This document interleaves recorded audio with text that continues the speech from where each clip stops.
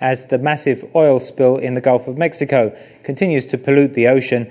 Elsewhere in the world, people are asking themselves, how would they handle a similar crisis off their shores? Taiwan's government says it has a plan in place to deal with large slicks. Kaohsiung City Marine Bureau always has 3 containers of emergency equipment at the ready. The tools inside include chemical dispersants to break up the spill, boom curtains to contain the oil spread, and vacuums for sucking it up. In the second and final instalment of our 2-part series of features on preparing for an oil disaster in Taiwan, we go to the port of Kaohsiung to find out more.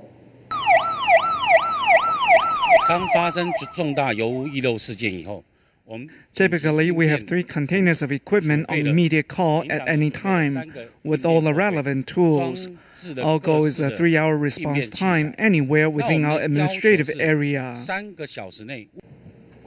Here at the Kaohsiung City Marine Bureau, these 3 containers are always ready, just in case an oil spill ever occurs. The first step to containing such a spill is to encircle it with a massive boom curtain.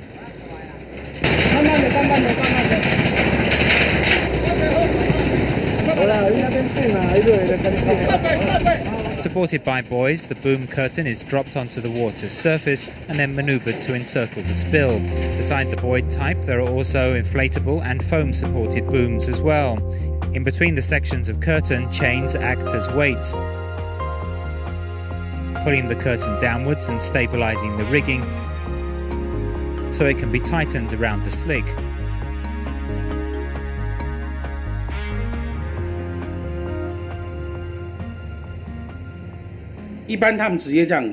Just connect the 2 ends together is wrong, because if the ocean currents shift, then fastening it this way leaves a gap, so we need to double them up.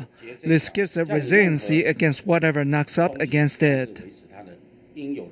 But keeping the oil from spreading is only the first part of the process. It does nothing to remove the oil from the water.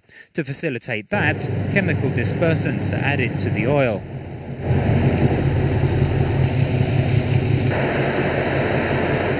Dispersants work much like dishwashing soap. At the molecular level, one end is hydrophilic. Yet dispersants do not actually break down the oil. They only break it into tiny particles that can then float away. The oil, however, remains in the oceans, and because it's smaller, it's much more easily ingested by ocean life. Thus, dispersants are typically reserved for only extremely desperate situations. Instead, oil extractors are used in typical situations.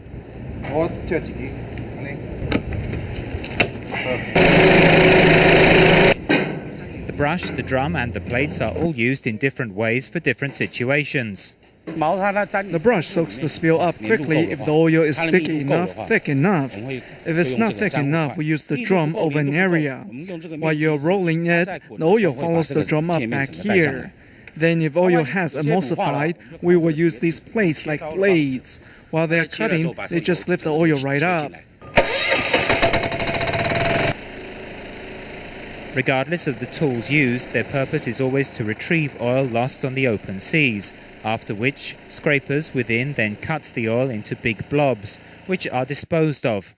When the spills happen closer to shore, though, these vacuum trucks are used. It's a vacuum. You just drop this hose down to the water wherever there's oil. The recovery process is very fast. In an hour, it can get 6 tons, but it's only 10% oil and 90% water. With a 9-to-1 water-to-oil ratio, the vacuum may be quick, but it's not very efficient. Thus, the Marine Bureau came up with a clever idea.